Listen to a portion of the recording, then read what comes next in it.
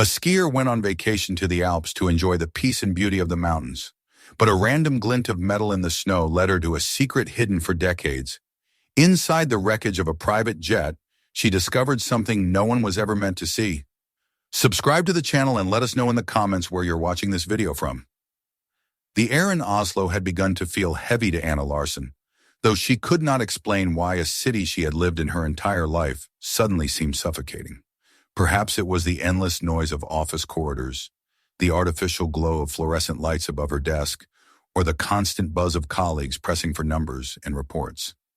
Day after day, she found herself staring at computer screens, the world outside reduced to little more than a blur of concrete and gray skies. At 32, she felt far older than she should. Her work in finance, once a steady anchor that gave her life a sense of direction, had become a slow erosion of her spirit. The breakup with her boyfriend a few months earlier had left her empty, and the silence of her apartment in the evenings only deepened the void. It was in this atmosphere of quiet despair that she began to think of the mountains. Memories of childhood surfaced, her father taking her to Norway's snowy slopes, her first wobbly attempts at skiing, the way his laughter rang across the white fields as she fell and got back up again. He had died too early, leaving behind only scattered fragments of those moments, yet they remained the warmest things she had to hold on to. When the stress of her job grew unbearable, she realized she needed to run, not forever, not in the sense of abandoning her life, but at least for a week. She needed solitude, clean air, and the feeling of her body moving freely through snow and silence. The decision came quickly. She booked a small lodge in the Alps, one of those modest hotels tucked away from the crowded resorts where wealthy tourists gathered. She wanted the mountains themselves, not the luxury. The anticipation of leaving Oslo gave her a rare sense of energy.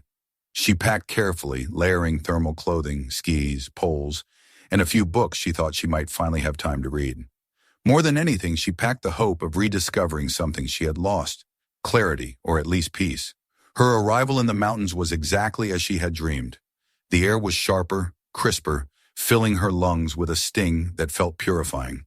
The peaks rose like white fortresses around her, their silence dwarfing every noise she had carried from the city.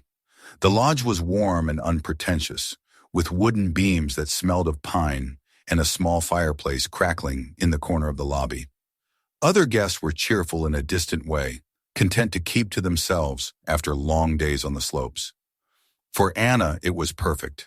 She felt as though she had stepped out of time into a place where the endless demands of office life could not reach her. The first 2 days passed in the rhythm she longed for.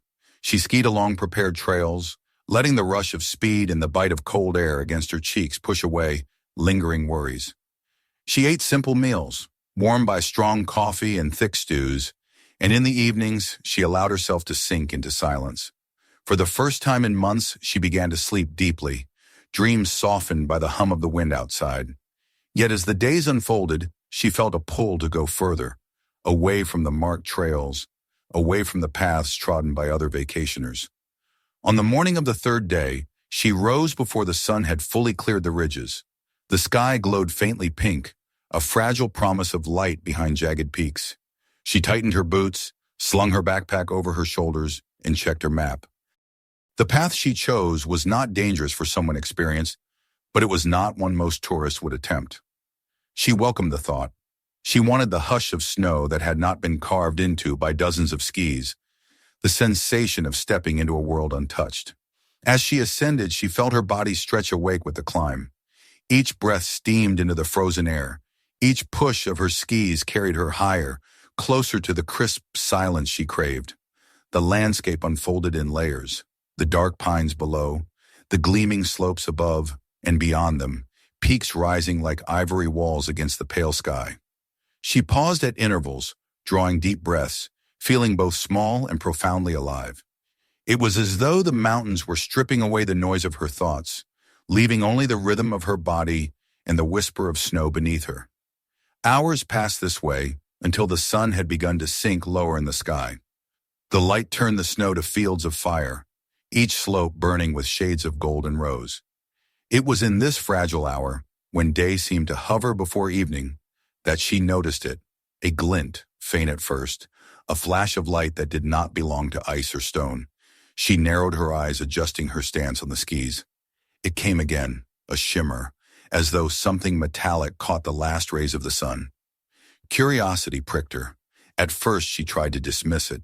Many things in the mountains could deceive the eye: chunks of ice, fragments of rock, even the glass of other skiers' goggles if they had ventured this high. Yet the more she stared, the less it looked natural. It was too steady, too deliberate, a gleam that seemed to pulse against the snow. Slowly, she adjusted her path and began to climb toward it. As she neared, her heart quickened. The shape emerged gradually from the snow, like a beast stirring after a long sleep. At first, it seemed only jagged metal, then more, outlines taking form. A curve of fuselage, broken and battered, the remnants of wings half buried under decades of ice. The truth settled into her mind with the weight of inevitability. This was an aircraft. She stopped, her breath catching in her throat, skis sinking slightly into the powder. A plane here, in this remote part of the Alps. No markers, no signs of rescue attempts, no chatter about it in the village below. It was as though the mountain itself had chosen to keep this secret until now, showing it only because the snow had receded just enough to reveal the truth. A shiver ran through her that had nothing to do with the cold. She could have turned away at that moment, skied back down, and convinced herself it was nothing more than wreckage from long ago. But the sight drew her closer, her body moving before her mind had decided. The plane waited in silence, its metal skin cracked and dulled, its nose tilted down the slope like a fallen monument. She slid nearer, the silence of the peaks pressing in around her, and with each step she felt both fear and fascination growing. By the time she stood at the edge of the fuselage, the last light of day had settled into blue shadow. The mountains loomed above, watchful and indifferent. Anna stared at the broken jet, her heart pounding with the knowledge that she had stumbled onto something no tourist was ever meant to see. Somewhere deep inside, she knew her escape into the mountains was over. What lay ahead would not be peace, but a mystery that would change her life in ways she could not yet imagine. For several long moments, Anna remained rooted to the spot, her skis buried in the snow as she gazed at the wreckage. The silence of the mountains pressed down around her, heavy and expectant, as though the peaks themselves were holding their breath. She had never in her life seen anything like it.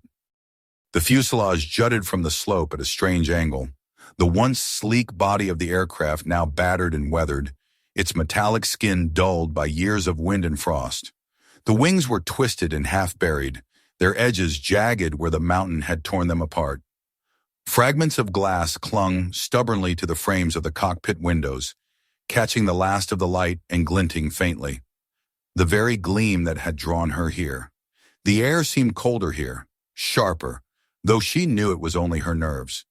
She forced herself forward, each movement deliberate, the crunch of her skis against the snow startling in the silence. The wreck stood like a monument to some long-forgotten tragedy, hidden for years by the shifting snows until now. As she drew closer, she felt her heart quicken. This was not the rusty skeleton of an ancient warplane, as she half expected.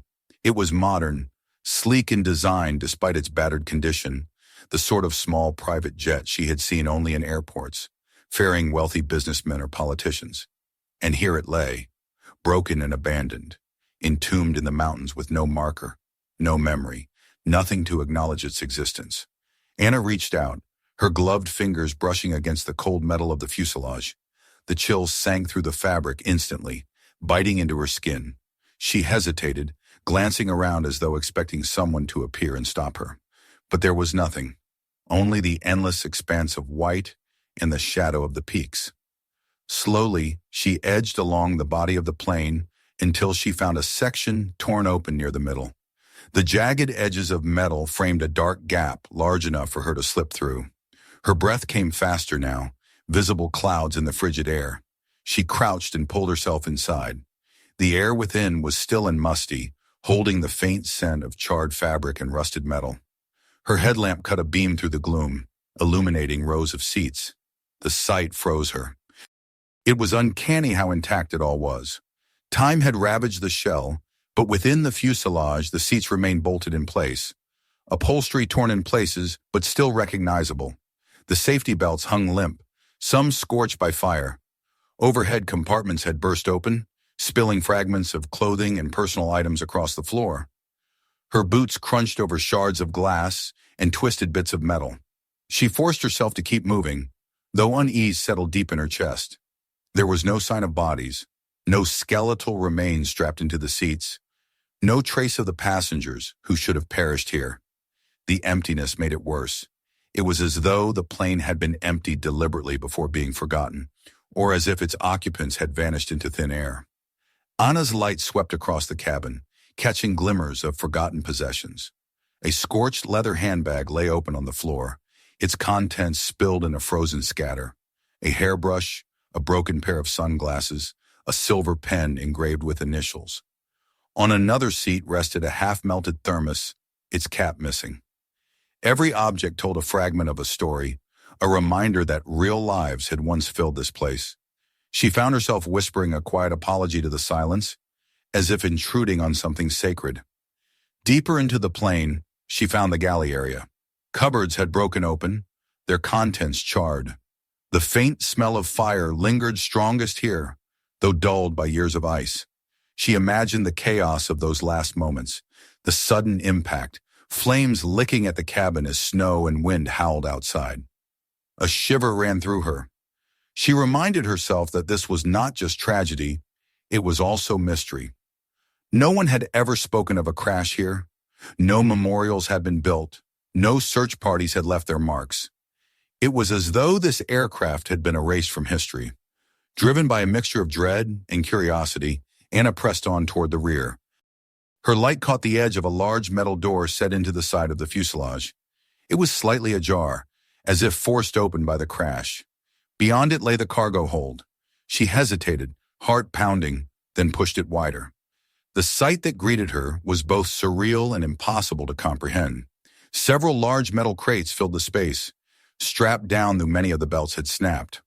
One crate had split open along its seam, revealing a glimpse of something that made her breath catch in her throat. There, glinting in her light, was the unmistakable sheen of gold. A bar the size of a brick lay wedged against the broken seam, its surface dull but unmistakable. Gold here, in the belly of a forgotten jet.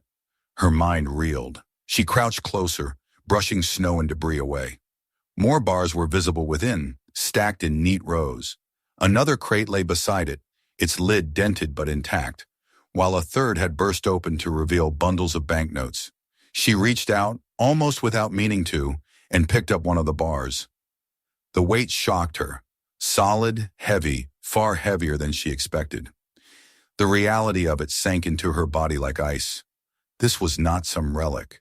This was wealth beyond her comprehension, hidden here in silence for decades. She set it back quickly, her breath coming in sharp bursts. What was this? Who had flown this jet, and why had they been carrying so much gold? Smugglers? Secret financiers? Some covert operation gone wrong? The questions swirled endlessly, pressing against her skull. The longer she stared, the heavier the air seemed to grow. This was no innocent accident. Whatever had brought this plane down had buried more than lives. It had buried secrets, ones never meant to be found. Her light flickered across the other crates, catching glimpses of more currency, different denominations, carefully wrapped and bound. The sheer scale of it made her dizzy. She rose slowly, backing away, her boots crunching over the frozen floor. Her heart hammered so hard she felt it in her throat. She had stumbled into something far greater than she understood. She turned her light once more to the seats beyond, as though hoping for reassurance, but the empty cabin offered none. The silence pressed tighter, the mountain air seeping through cracks in the fuselage like a warning. She wanted to run, to ski back down to safety, to pretend she had never seen this. But something inside her kept her still, a mix of fear, awe, and the faintest trace of temptation. She pulled off one glove and touched the bar of gold again, feeling the cold metal beneath her bare fingers. It was real, tangible, a fortune resting within reach. For one wild instant, she imagined herself taking it, slipping it into her pack, carrying it back down the mountain to a life that would never again be ordinary. The thought both thrilled and sickened her. Shaking, she pulled her glove back on and forced herself to step away. She fumbled for her phone, lifting it to capture the scene. The camera flash burst across the cabin, illuminating the gold, the scattered banknotes, the wreckage. She took several shots, her hands trembling. Evidence, she told herself. Proof. This could not simply vanish again into the snow. And yet, as she lowered the phone, a chill ran down her spine. What if it was not lost? What if someone still remembered, still watched, waiting for the snow to give up its secrets? The thought settled like a stone in her stomach. The air around her seemed suddenly different, no longer silent, but watchful. She forced herself back toward the gap in the fuselage, heart racing. The light outside had dimmed further, the sky now washed in deep indigo. The wind had picked up, howling across the slopes with a mournful voice. Anna stepped out onto the snow, her skis sinking slightly, and drew in a sharp breath. Somewhere deep inside, she knew her discovery had changed everything. The mountains no longer felt empty. They felt alive, as though something unseen stirred in the shadows, aware of what she had found. The night had begun to creep over the mountains when Anna stepped away from the broken fuselage. The glow of her headlamp cut a narrow tunnel through the falling snow, and her breath came fast, short bursts that misted in the cold air. For several minutes she could do nothing but stand there, her mind whirling around the impossible sight she had just left behind. The vision of the gold and the neat stacks of currency lingered in her head with a weight that was heavier than the bar she had lifted. She had never seen such wealth before, never even imagined being close enough to touch it. That single moment of holding the bar in her hands had left an imprint in her body, a vivid reminder that the object was not a dream, but a tangible, solid piece of unimaginable fortune. She tried to steady her thoughts, but they raced ahead of her, building scenarios faster than she could dismiss them. She imagined herself carrying even one of those bars down the mountain, slipping it unnoticed into her pack. What would it be worth? Enough to buy her freedom from the drudgery of the office? Enough to erase the debts her mother still struggled with? Enough to grant her a life where choices were not dictated by paychecks and obligations? A single bar could change everything, and there were dozens, perhaps hundreds, waiting silently in the darkness of that wreck. The fantasy unsettled her. It filled her with a kind of hunger that felt alien, a dangerous pulse of desire she had never experienced before. She was not greedy by nature. She had always lived modestly, never reaching for more than she needed. And yet the image of those gleaming stacks would not let her go. Even as she pulled her skis into place, preparing to descend toward her lodge, she found herself glancing back, drawn like a moth to the flame. Inside her, two voices warred. One urged her to take advantage of the accident of fate, to seize the chance destiny had presented. No one had seen her there. No one even knew the wreck existed except her. Who could ever prove she had carried away a single piece of gold? The other voice, quieter but steady, reminded her of the danger. Planes did not vanish like this without reason. Cargoes of such value were never left unguarded by accident. If she had found it, then others might know of it too. Perhaps they were still searching. Perhaps they were still watching. The unease coiled tighter in her stomach. She forced herself to keep skiing, but the slope blurred beneath her as her thoughts tumbled endlessly. She recalled the broken leather handbag she had seen, the sunglasses, the charred thermos. Real people had been on that flight, real lives lost in that brutal collision with the mountain. The gold was not abandoned treasure from a legend. It was the remnant of a crime, or at least of something deeply secretive. To take it would not only be theft, but perhaps an invitation to ruin. When she reached a flat section of the slope and paused for breath, the silence of the mountains pressed down on her again. She felt small beneath the vast sky, the stars beginning to prick the darkness overhead. Her chest ached with exhaustion, but her mind would not quiet. Again she saw her life in Oslo, the drab office, the endless reports, the empty apartment. How easily one bar of gold could sweep all that away. The temptation was not fading with distance. It was growing stronger, feeding on her dissatisfaction with the life she had left below. She sat for a while on the snow, pulling her knees to her chest, and took out her phone. The photos she had taken glowed on the screen, stark and undeniable. There was the crate with its broken seam, the neat rows of bars stacked within, the bundles of cash. The evidence was too clear. She stared at the images until her hands began to tremble. If she showed them to anyone, if she reported the wreck, it would ignite a storm of questions. Officials would swarm the mountains. Reporters would circle. The secret would burst into the open, and she would be at the center of it. Was that what she wanted? The more she considered it, the more dangerous it seemed. If the plane had carried such a fortune, then someone somewhere had lost it, and people who lost fortunes did not simply forget them. She thought of the years it had remained hidden, the perfect secrecy of its resting place. The mountain had protected it, but the snow was shifting now, and she had been the one to stumble upon it.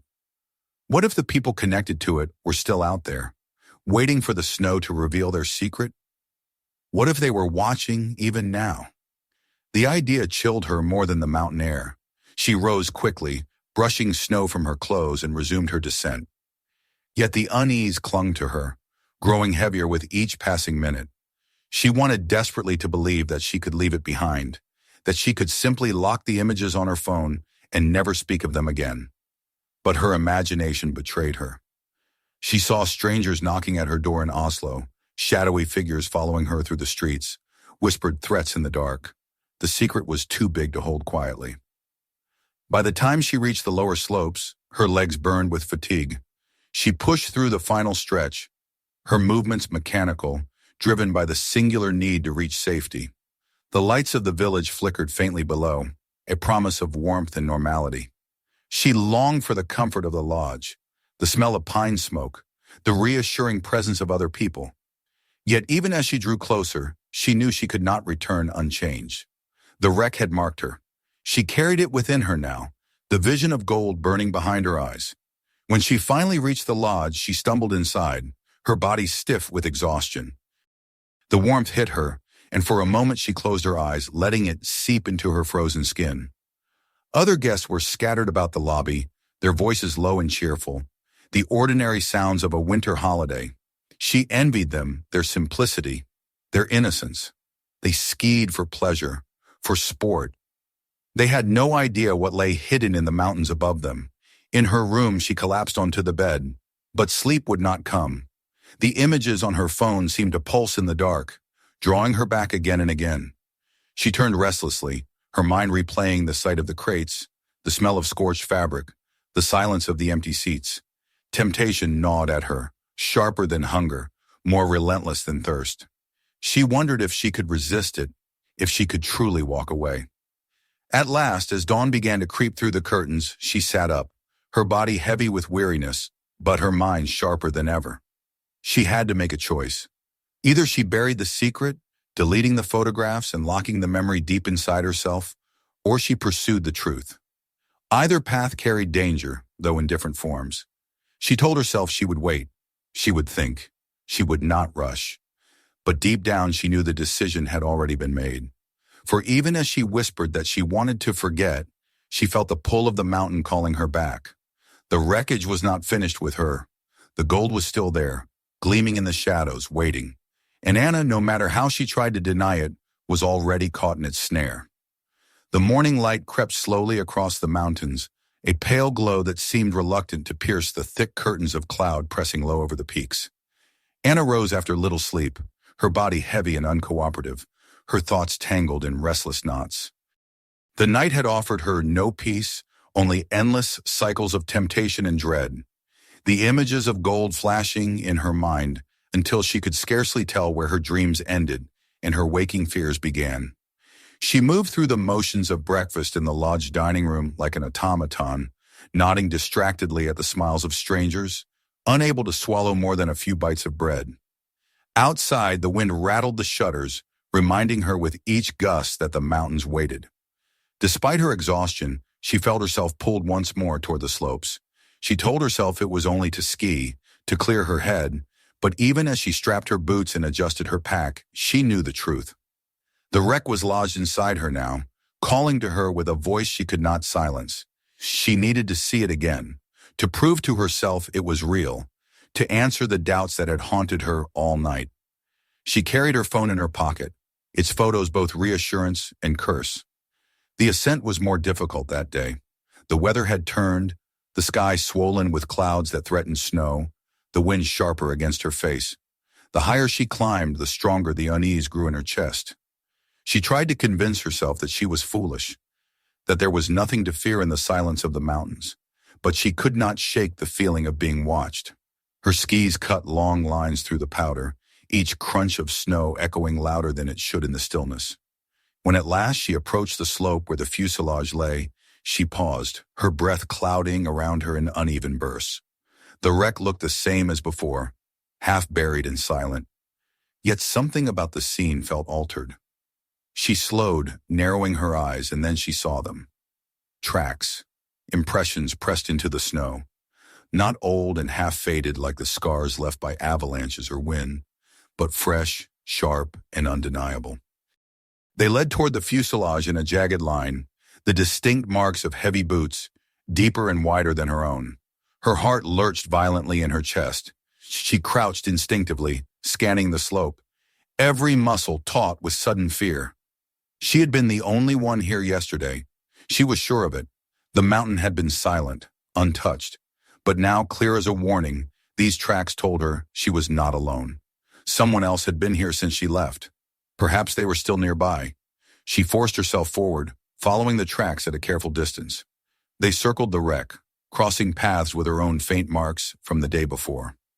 Her mouth went dry as she studied them. Whoever had made them had stopped to examine the plane, moving around it with purpose, not curiosity.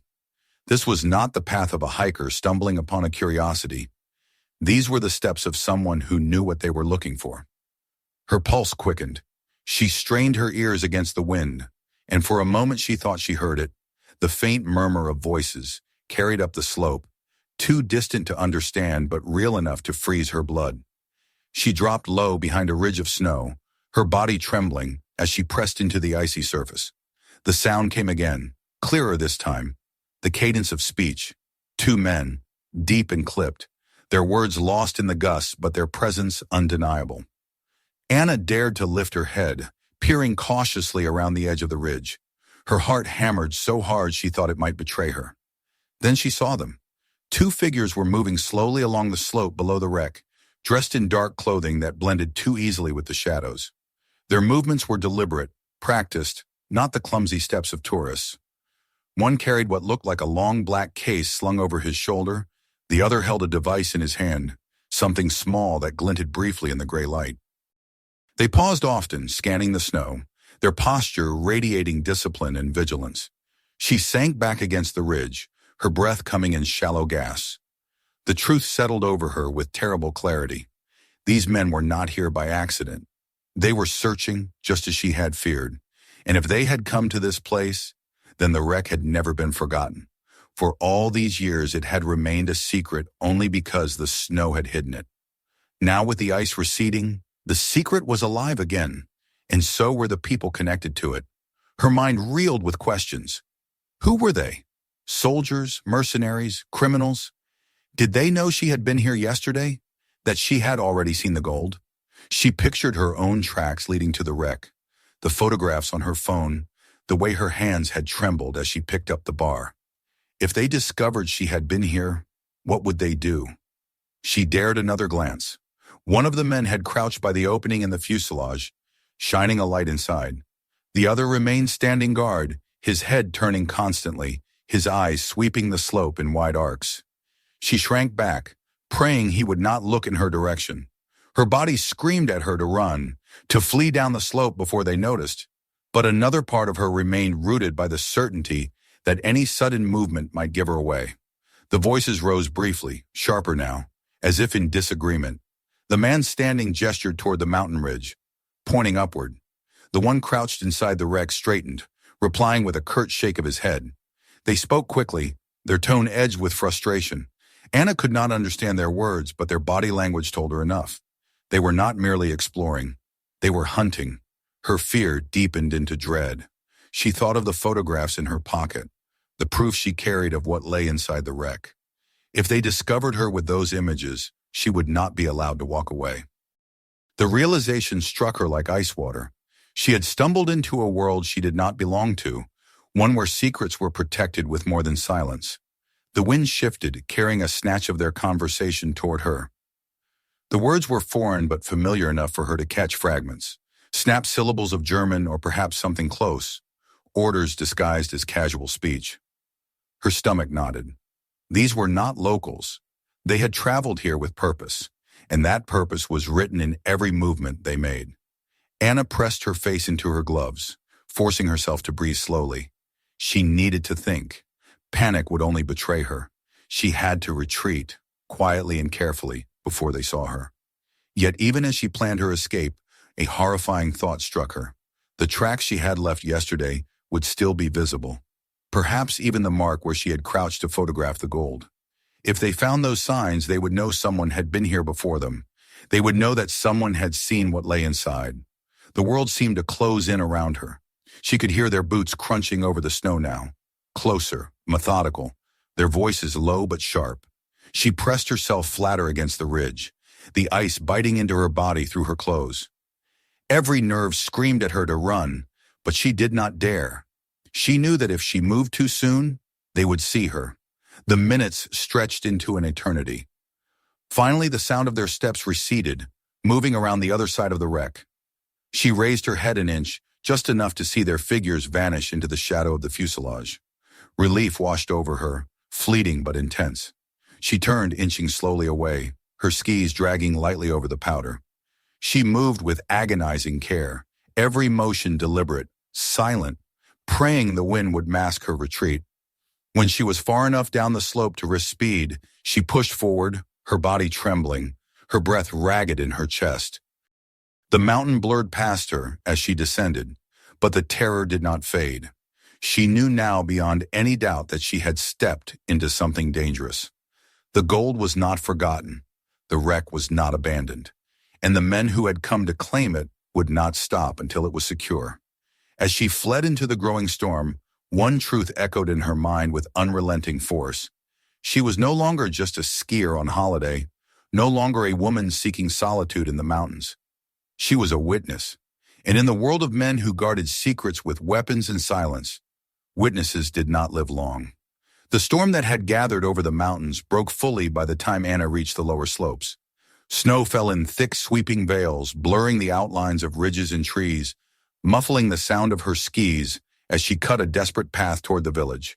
She told herself she was safe now, that the men would not follow so far, but the pounding of her heart betrayed the truth. Safety was a word that belonged to yesterday, before she had seen the tracks, before she had heard the clipped voices on the wind. The knowledge she carried in her mind, and worse, on her phone, meant she could not be safe anywhere. The mountain had opened its mouth and revealed a secret, and now that she had looked inside, it would never close again. By the time she stumbled into the warmth of the lodge, she was soaked with sweat beneath her layers, her legs trembling from the strain of the climb in the frantic descent. She forced herself to smile at the receptionist who greeted her, muttered something about the storm, and hurried to her room. Once the door was locked behind her, she collapsed onto the bed, clutching her phone to her chest as though it were the only weapon she possessed. For hours she lay there, every creak of the building making her flinch, every gust of wind rattling the shutters sounding like a boot on snow. She tried to convince herself that the men were gone, that their search had nothing to do with her, but deep down she knew the opposite. They would find her tracks. They would see the marks where she had knelt to photograph the gold. They would know someone had been there before them, and they would understand what that meant. The mountain told no lies. Her presence was written clearly on its surface, and they would read it like hunters following a trail. Sleep, when it finally came, was shallow and filled with jagged images. The gleam of gold in the darkness, the faceless figures striding through snow, the thunder of boots behind her as she fled. She woke before dawn, heart racing, her skin damp with sweat. For a long time she lay in silence, listening. The lodge was quiet, the only sounds the faint creak of wood and the muted sigh of the wind. But beneath it all she felt a tension, as though the air itself pressed against the walls waiting. She tried to eat at breakfast but could not force down more than a few mouthfuls. The other guests chatted cheerfully about the storm, about routes they hoped to ski once the weather cleared. Their words seemed to come from another world, one that no longer belonged to her. She excused herself quickly and returned to her room, staring at the photos on her phone yet again. Each time she looked at them, she told herself it might be the last, that she would delete them, erase the evidence, free herself. But she never could. The images were her only proof, the only anchor tying her to the reality of what she had seen. Without them, the world might convince her she had dreamed it. By midday, the storm eased, and shafts of sunlight pierced the clouds. Anna stood by her window, watching the snow sparkle as if nothing in the world could be dangerous. The beauty of it felt like a mockery. She turned away restless, unable to stay inside. A voice inside her whispered that she should leave, pack her things and catch the first bus down the mountain, flee to Oslo and vanish back into anonymity. But another voice reminded her that running would not erase what she knew. It would only mark her as prey. She strapped on her boots again, telling herself she would not return to the wreck, that she only needed to breathe the mountain air and let the rhythm of skiing calm her nerves. Yet even as she climbed the familiar slopes, she knew she was drifting closer to the place she feared most. The snow was pristine after the storm, but here and there she caught glimpses of old tracks, half buried, yet not erased. Her stomach tightened at the sight. The men had been here, and though the snow had tried to hide them, it could not disguise the truth. The silence around her was thicker than before. Every sound seemed amplified. The rasp of her breath, the hiss of her skis, the distant crack of shifting ice. She paused often, scanning the ridges, her heart lurching at every shadow. Once she thought she saw movement far below, a dark shape against the white. But when she blinked, it was gone. She told herself it was nothing, a trick of light and fear. Yet the sense of being watched grew stronger with each passing minute.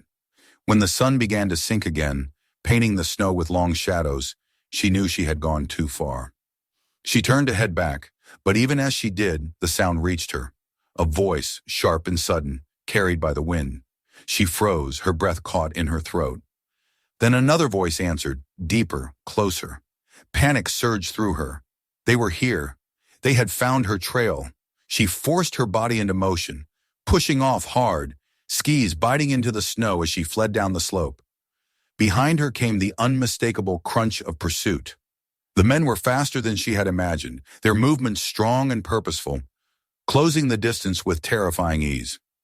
She cut hard across the slope, weaving between ridges and small outcrops of rock, praying the terrain would slow them.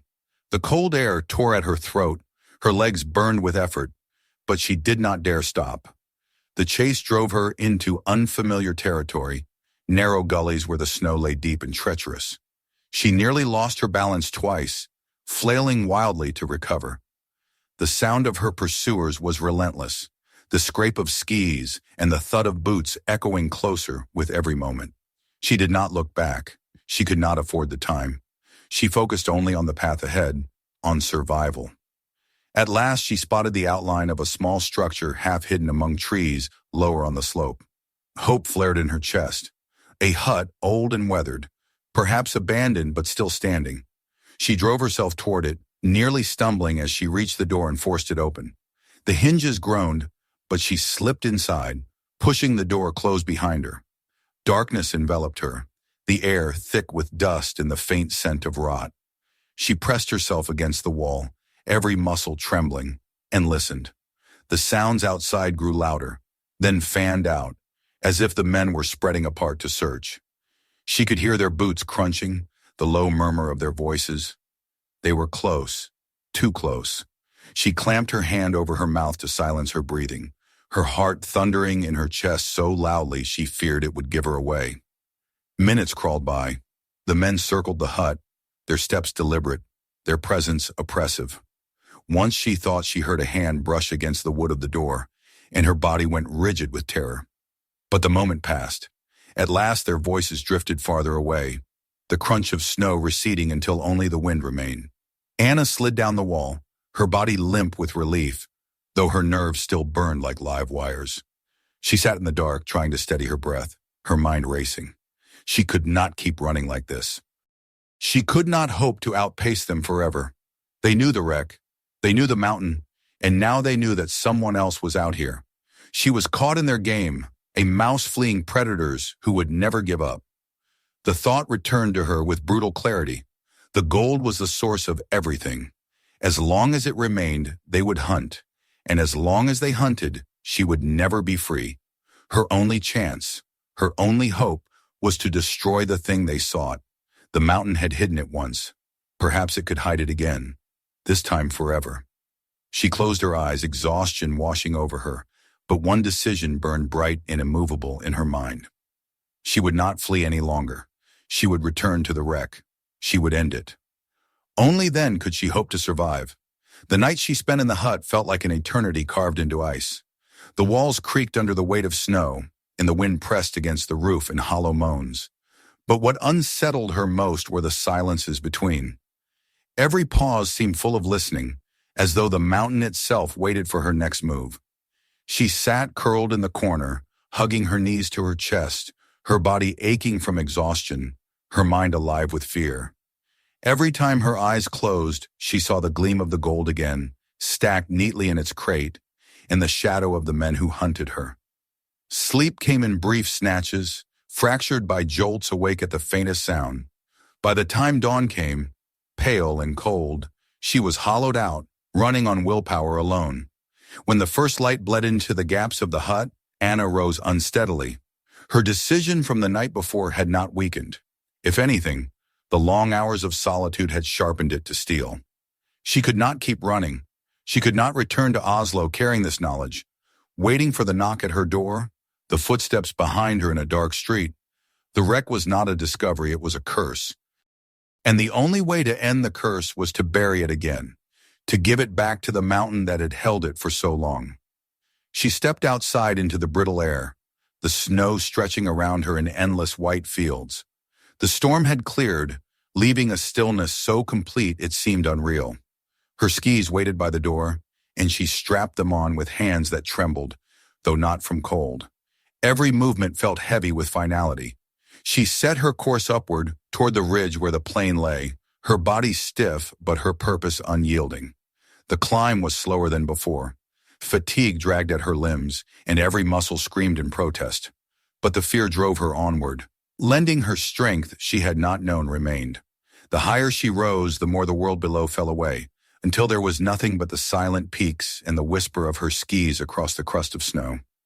The sky above was a pale sheet of steel, the sun a weak disk hidden behind veils of cloud. At last the familiar shape emerged. The fuselage slumped against the slope, like the carcass of some great beast, its broken metal edges jutting through the snow. She slowed, her chest tight, her breath misting in uneven clouds.